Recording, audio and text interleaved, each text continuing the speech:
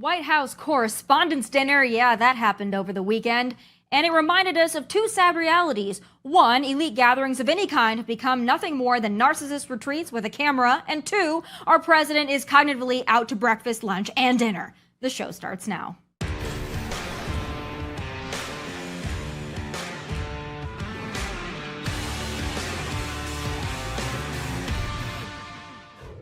The annual White House Correspondents' Dinner has been a proud tradition since 1924, but just like every other star-studded televised event in the last 10-plus years, it has really become like a second Democratic National Convention, just with better-looking attendees. Kinda. It was yet another opportunity for celebrities and elites to show both how liberal and important they are to themselves, like known cyber bully Chrissy Teigen with her dress peasants there.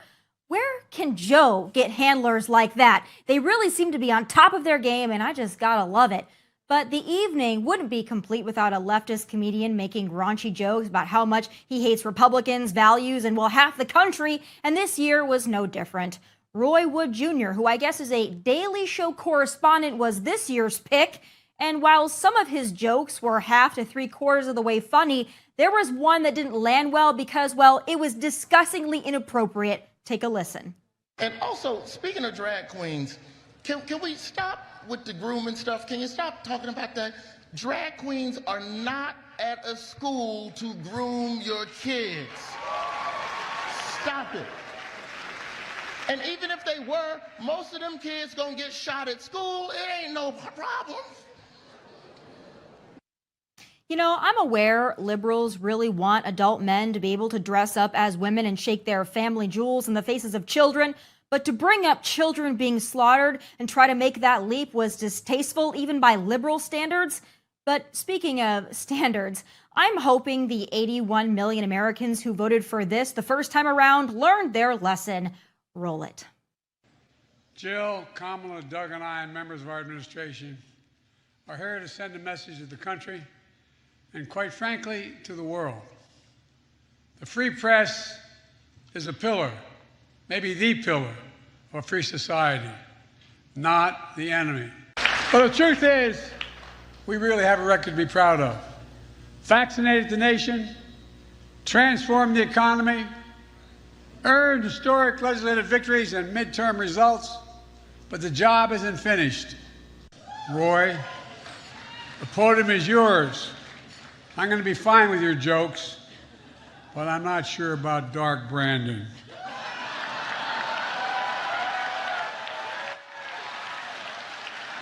In a lot of ways, this dinner sums up my first 2 years in office.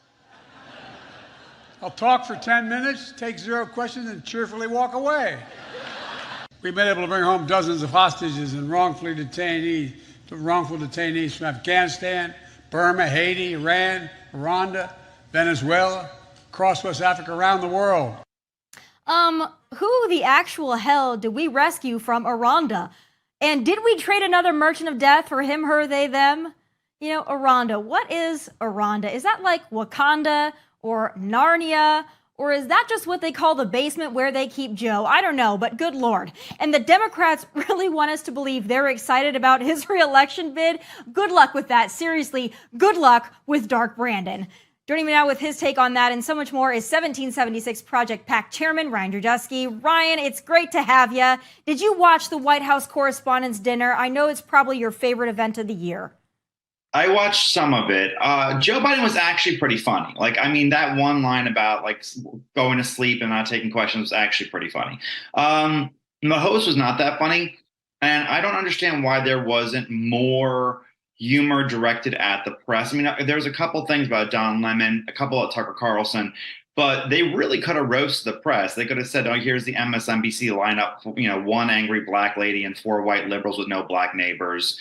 They could have talked about, the evil tyrant who's power hungry and dreams of the day that Joe Biden died, a woman named Kamala Harris. They could have sat there and roasted people on CNN and say, don't worry, no matter how many you flub, there's still no one watching your show. I think there was a lot to say. And then say to Joe Biden, you would love tonight if you knew where you were. Yeah, no, exactly.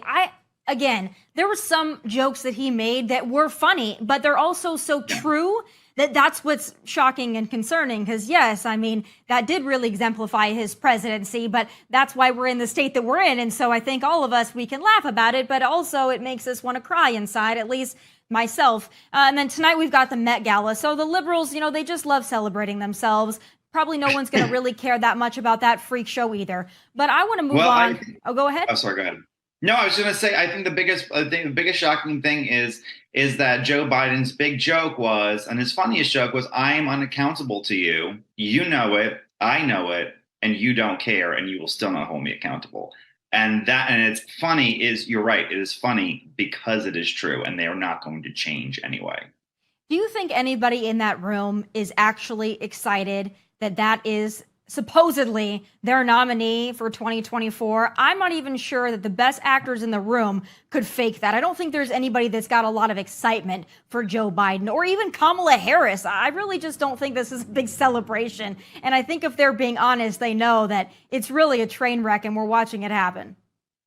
Yeah. No, I agree with you. No one wants Joe Biden president, especially Democrats. But I mean, they feel like this is the man who won, so he could win again. And it's just kind of like, who, if not him, who else? I mean, honestly, really, there is a few people who could be rising stars. Maybe Gretchen Whitmer, maybe Gavin Newsom, but not a whole lot. There ain't a lot of talent in that room. No matter how many times Cory Booker tries to pretend that he's a national candidate, he's not. And I think I think they're waiting to sit there and see who could possibly be the future Democratic Party, but they're kind of straddled with him.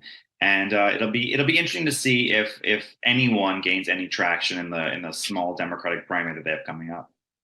Yeah, well, again, I think that Democrats know that if they do in fact pick Joe as their nominee and he is reelected, they know that Kamala is going to be the president at some point within that term. And that's not me saying that anything inappropriate. It's just the facts of the matter that he's probably not going to survive through another presidency. And so if you vote for Joe Biden, you're essentially voting for Kamala. And I think the Democrats want her even less than they want Joe, which is why they put up Joe, because if they didn't put up Joe, they'd have to automatically put up Kamala because they've committed themselves to the diversity pick.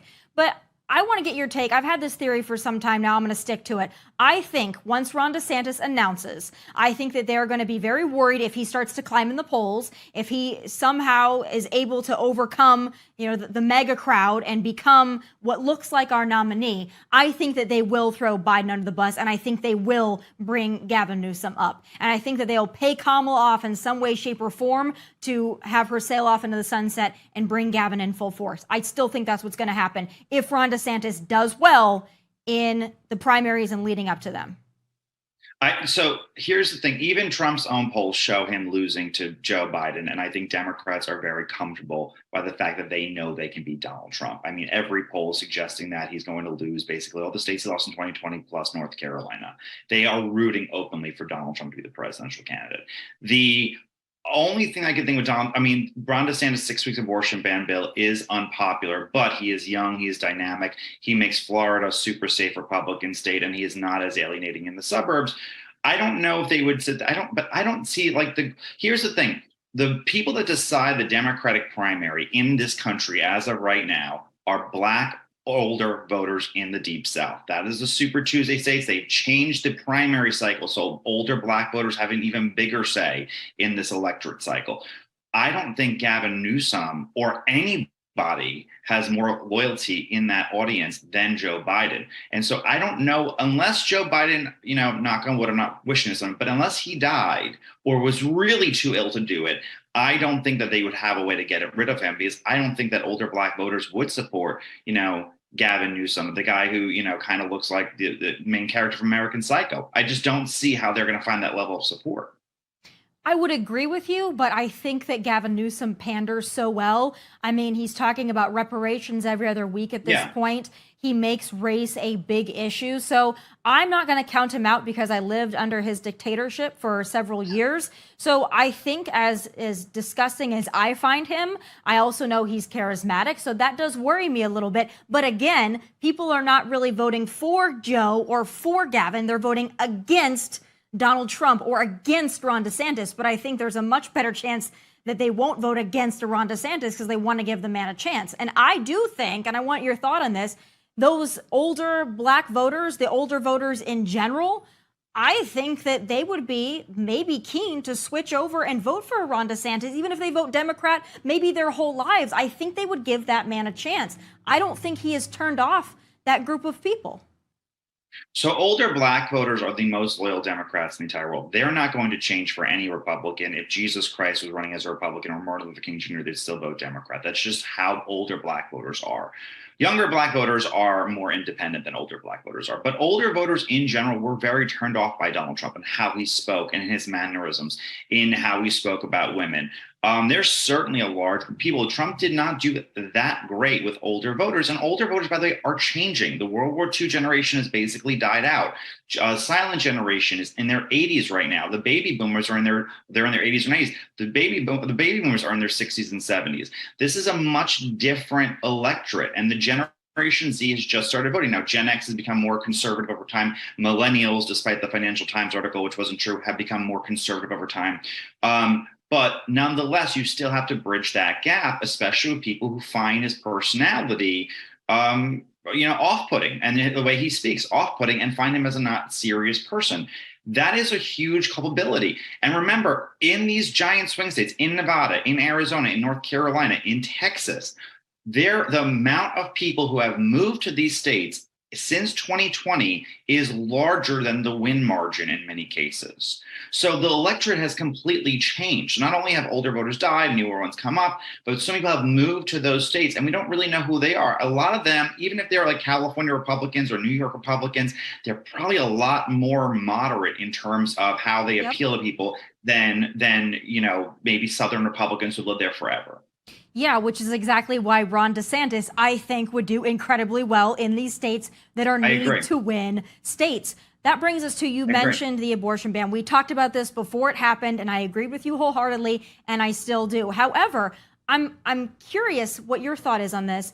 As much uproar as there was about the Roe v. Wade overturn, I haven't seen the national uproar about the abortion ban the same way that I've seen the uproar about the Don't Say Gay Ron DeSantis bill. It hasn't matched up. And I thought that this abortion issue would be more of a liability for Ron, but it doesn't seem like that is the biggest, I guess, L he's got in his column right now. It still continues to be the Don't Say Gay. Yeah, I agree with you. And I think that right now what Republicans need to do, especially if Ron DeSantis ran, one, admit to conservatives, guess what? Even if we had 60 senators in the United States Senate, we're not getting a 15-week national abortion ban. Right. We're just not. It's not going to happen. Let's leave it up to the states the way that it was probably supposed to be right before Roe v. Wade. Let's leave it up to the states. Let them decide. Every state could be its own, laboratory for democracy, and let's see where we go. What we should be talking about is not the children women may have in the future. It's the ones they do have now. The massive learning loss from COVID shutdowns, the economic opportunities that they need to be having in a new economy. All these things are real crime in urban cities and even in suburbs now. This is what they need to be focusing on. So I think the only way to really tackle it is not to sit there, and highlight it over and over again, acknowledge you passed it, say Floridians wanted it, whatever the case may be, Floridian Republicans wanted it, but it's not going to happen on a national stage. So let's talk about things that will be. Immigration, trade. Let's talk about our foreign policy. Let's talk about our economy. Let's talk about inflation. Let's talk about the children women really have today, not the ones they may or may not have in the future, but the ones they actually go to bed at night worrying about. I think that's a great message. I wonder about this whole Disney debacle now. Conservatives like Nikki Haley last week, who is irrelevant and quite frankly not a conservative, but she went after Ron DeSantis over the Disney thing. They're taking cheap shots at him and they're coming at him from the left, which I think is a really interesting strategy. It's like, oh, how dare Ron DeSantis take on Disney in the name of conservative values and principles. If that's going to be your biggest argument against Ron DeSantis and you want to be the conservative leader, I'm not so sure that lands. But how do you think this Disney lawsuit is going to play out? Do you think that he's gone too far with the culture war at this point? Does he run the risk of maybe turning off some of those independent voters by the perception of going after Disney, which most Americans probably don't have too much of a problem with Disney itself? Well, I mean, first of all, Nikki Haley makes Kamala Harris and Hillary Clinton look likable. I mean, Agreed. this woman, she will do anything for power. I think the problem is that the fight over Disney has changed so much over time. People forget what they're actually arguing about. The win for conservatives at Disney was this. Disney promised they were going to hire an army of lobbyists for every culture war fight and go to Tallahassee and fight against the abortion ban, the gun rights expansion, the expansion of the Don't Say Gay bill, a fight against E-Verify. After DeSantis put his foot down, they didn't send a lobbyist over anything. The whole fight at this point is a land use contract. That's literally all they're fighting for. They completely surrender on every culture war battle there is. It's just over their current contract and the land use. So I mean, it's a win, but it ultimately is going on for so long, people kind of forgot and it's getting lost in the nuance. I think at this point, I think the media would probably be best to move on, but they're hoping it gives DeSantis negative connotations. But we should focus on the fact that it's a crony capitalism and the fact that it's over a minor thing. And Disney really has surrendered on the culture war.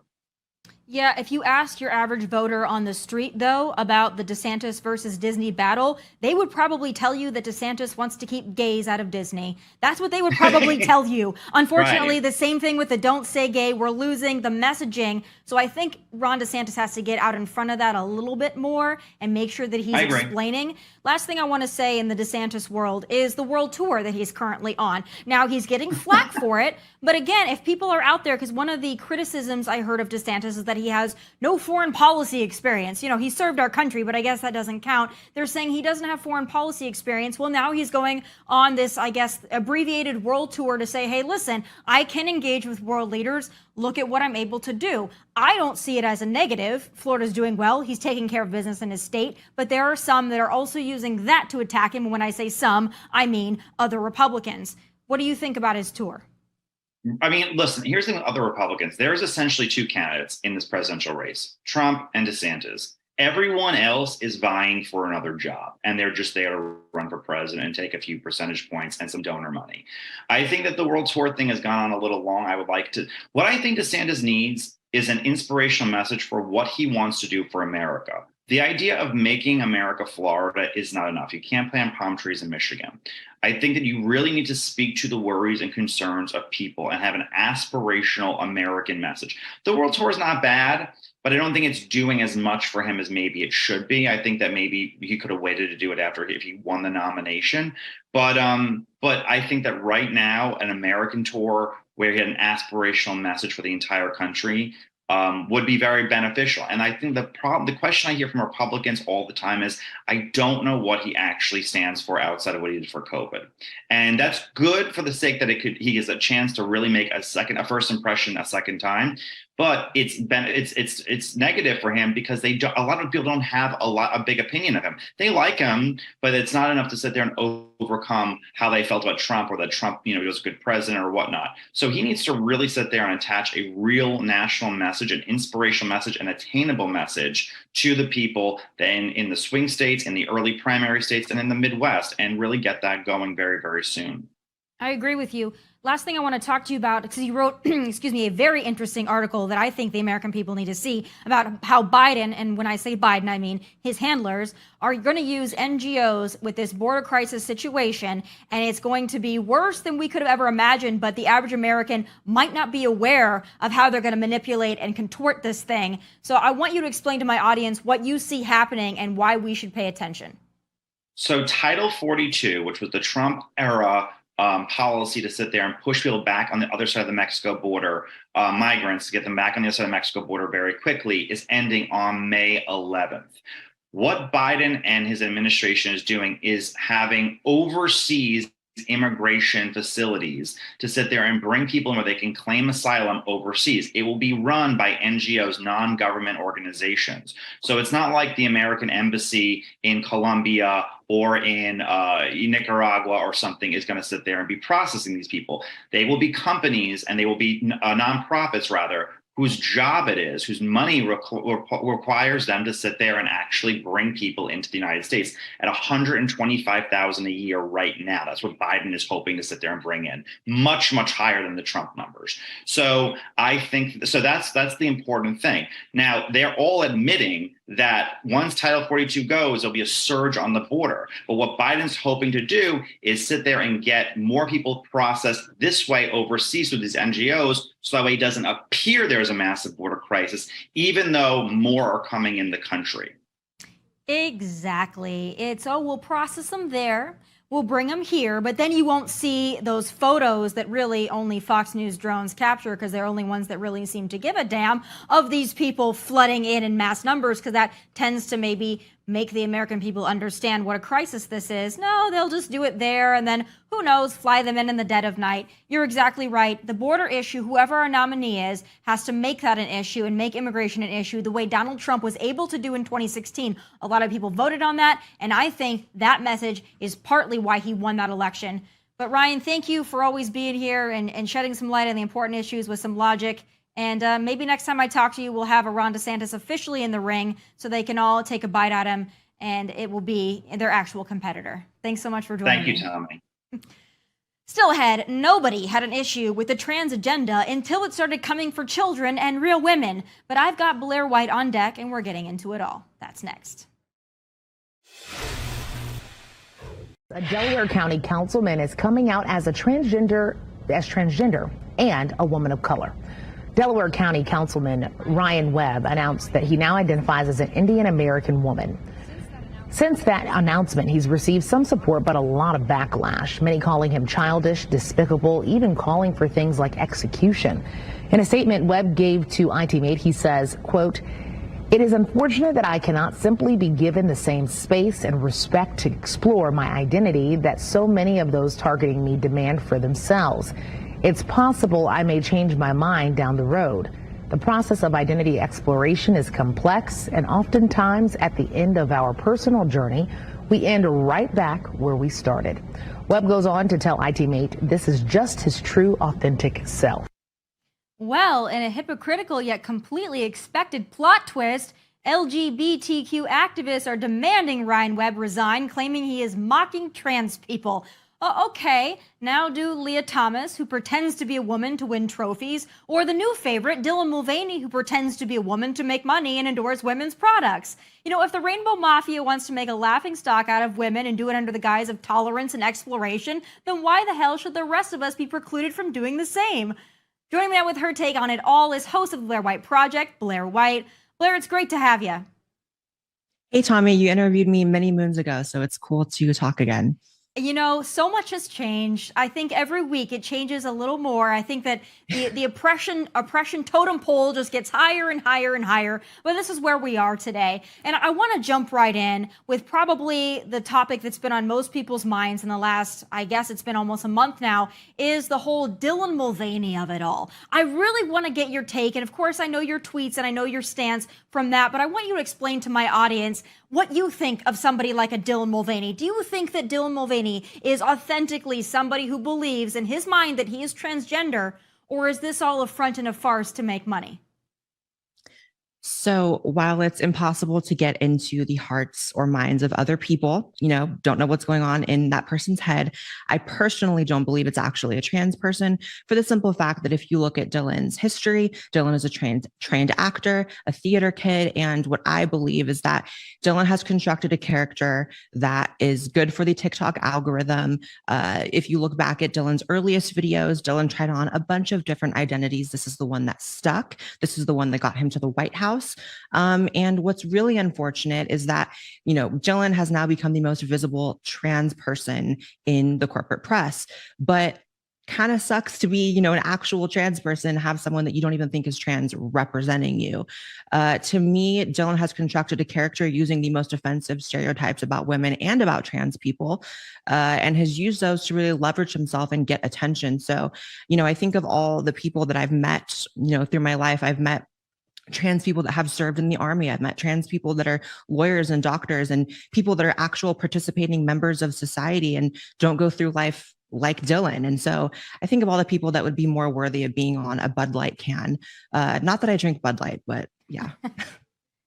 Yeah, no, I talked to Caitlyn Jenner about this a lot, and I think that people like Dylan Mulvaney and others really are making a mockery of the actual LGBTQ movement in and of itself. Yeah. And the fact that so many can't see that and are not offended by it actually stuns me, because this has become a profession for Dylan Mulvaney and others, a profession just like it is for Leah Thomas, where it's, you know, do they authentically feel this way? Do they generally have gender dysphoria? No, they found that this is a way that they can dress up and be an actor, but do it, to me, in the most demeaning way possible, not only to women, but as you mentioned, to actual transgender people. So this is why it's so frustrating. I had a friend of mine who's on the Democrat side, a good friend of the Kardashian family, text me over the weekend and say, I don't get why conservatives are okay with Caitlyn Jenner and not okay with Dylan Mulvaney. And I explained that exact thing to her. And I think that maybe there's somewhat of an understanding there. But when we go back to the agenda of this new LGBTQ movement,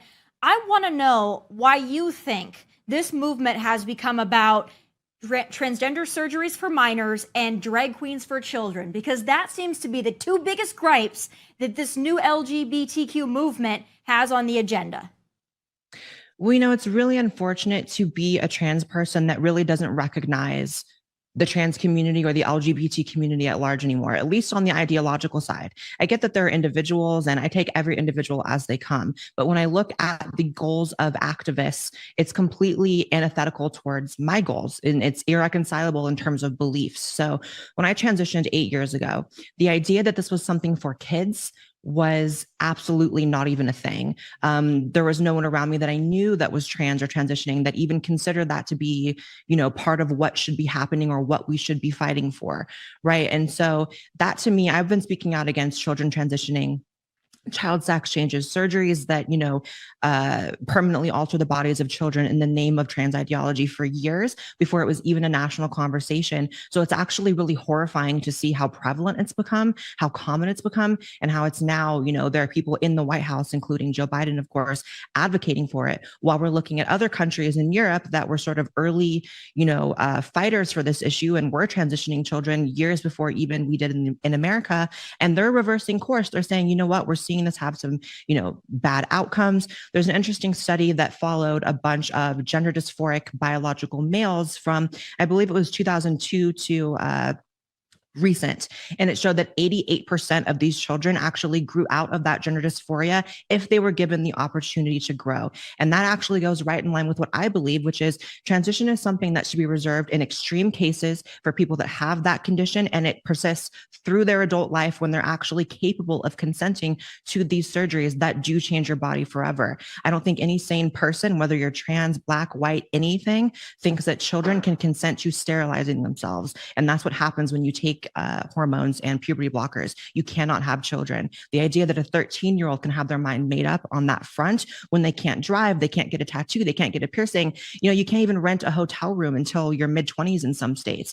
There's a young detransitioner I know who is on the road speaking out against minors transitioning, and she has to have someone else book her hotels when she speaks because she's only 19 and she can't even book hotels in certain places. So it's really really scary. And on the front of drag shows for children, that's another thing. You know, drag has become very mainstream. And I think that because it's become, you know, Drag Race is on MTV and there's drag conventions and it's kind of everywhere in every major city, there's this misconception that that's somehow child-friendly entertainment simply because it's mainstream now. And it really is not. Anyone who's ever been to a drag show knows that most of the time it's overly sexualized, inappropriate for kids. And so, you know, the idea that because I'm trans, I'm supposed to be on board with all of these things is offensive to my sensibilities. Do you think that we're going to enter a time when people like yourself and others are able to correct this movement, to correct the radicalized nature of what this movement has become? Because I work with another organization, Gays Against Groomers, that are really trying to do the same thing. Like, hey, listen, we don't agree with this. We don't exist in a monolith, and maybe some course correction is possible. Or do you think it's only going to get worse from here?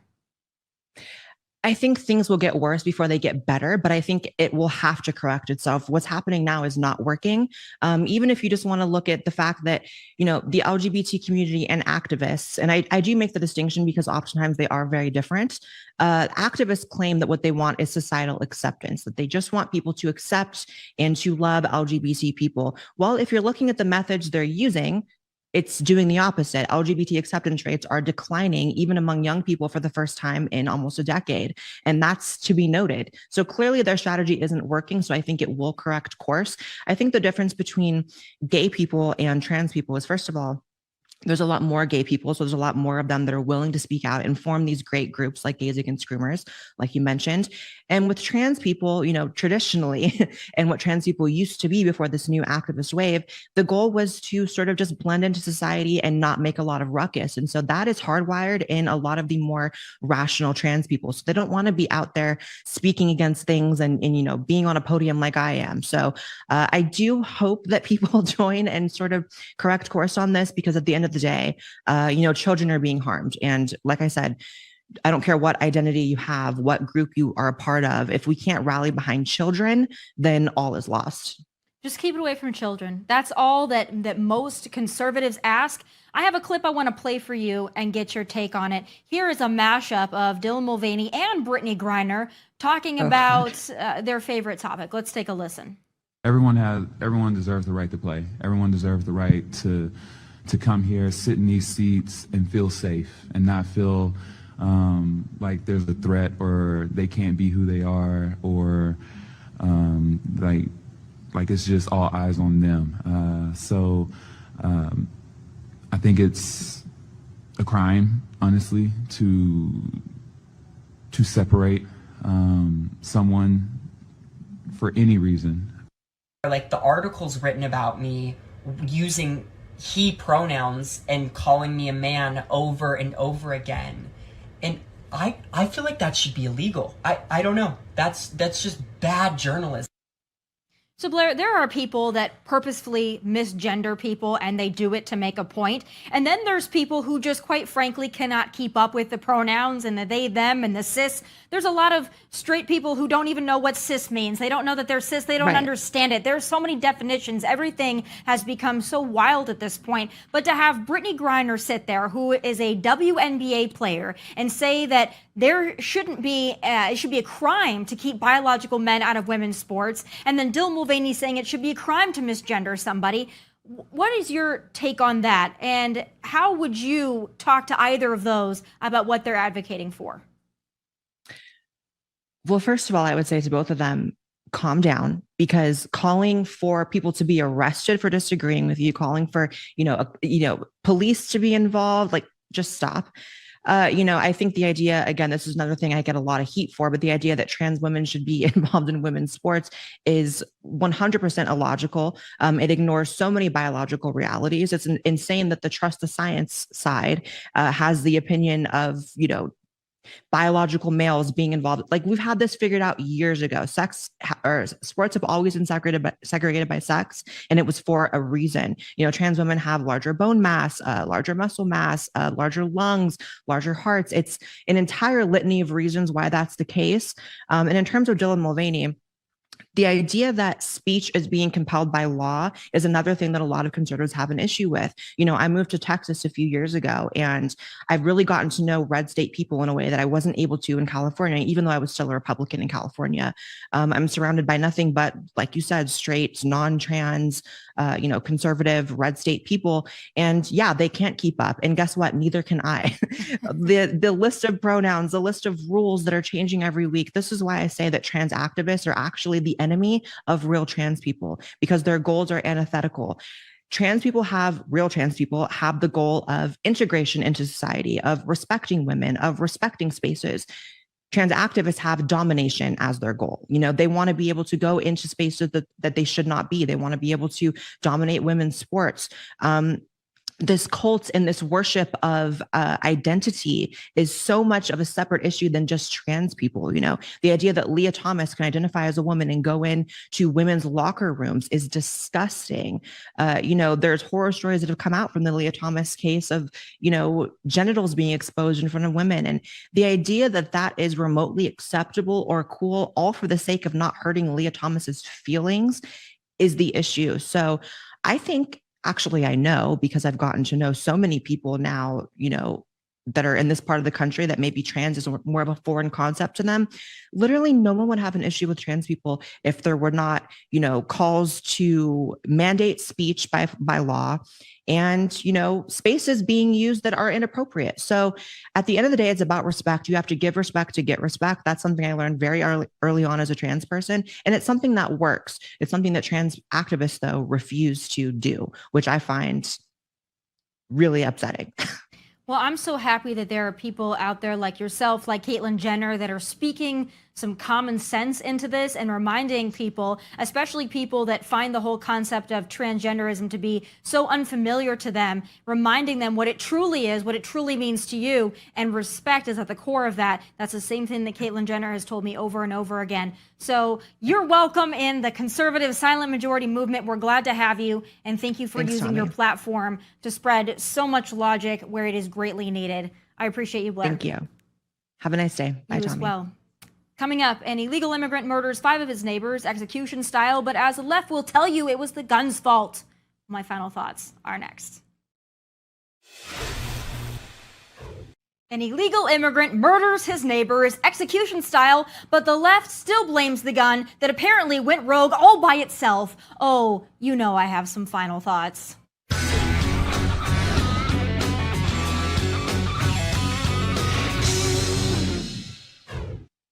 Meet Francisco Oropesa, the Mexican national, aka illegal immigrant, who shot 5 of his neighbors, including an 8-year-old child, in Texas over the weekend, reportedly over them asking him to stop firing his rifle in his yard after midnight.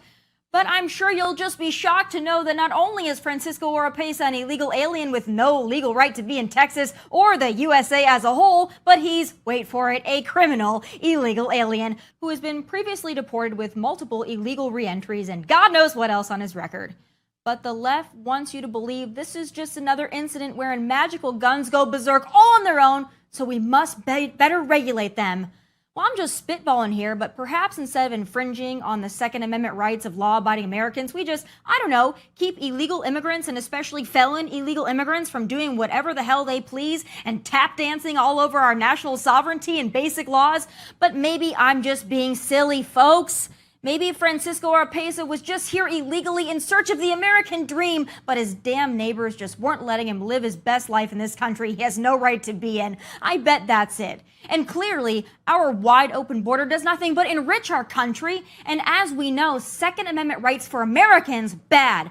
Unlimited rights for illegals, good. Oh, and the border is definitely secure. The Democrats say so. It is my testimony that the border is secure. We have a secure border in that is a priority for any nation, including ours and our administration. We have taken unprecedented action over the past year and a half to secure our border. And we have a process in place to manage migrants at the border. We're working to make sure it's safe and orderly and humane. The border is closed. We agree that the border is secure. We're executing a comprehensive strategy to secure our borders. One of our highest priorities is to ensure that we have a secure border, and that is what we are doing. The border is secure. We now live in the upside down, folks. We live in a country where law-abiding citizens are told we should give up our rights and freedoms, but thugs, felons, and illegals should be allowed to run roughshod and do whatever the hell they please because Democrats need votes and some rhinos need cheap labor for their donors. And I don't care what the libs say about illegals committing fewer crimes than citizens. That's not a flex or an excuse or an accolade to celebrate. Our country is lawless already, we know. The last thing we need is to import more crime and lawlessness.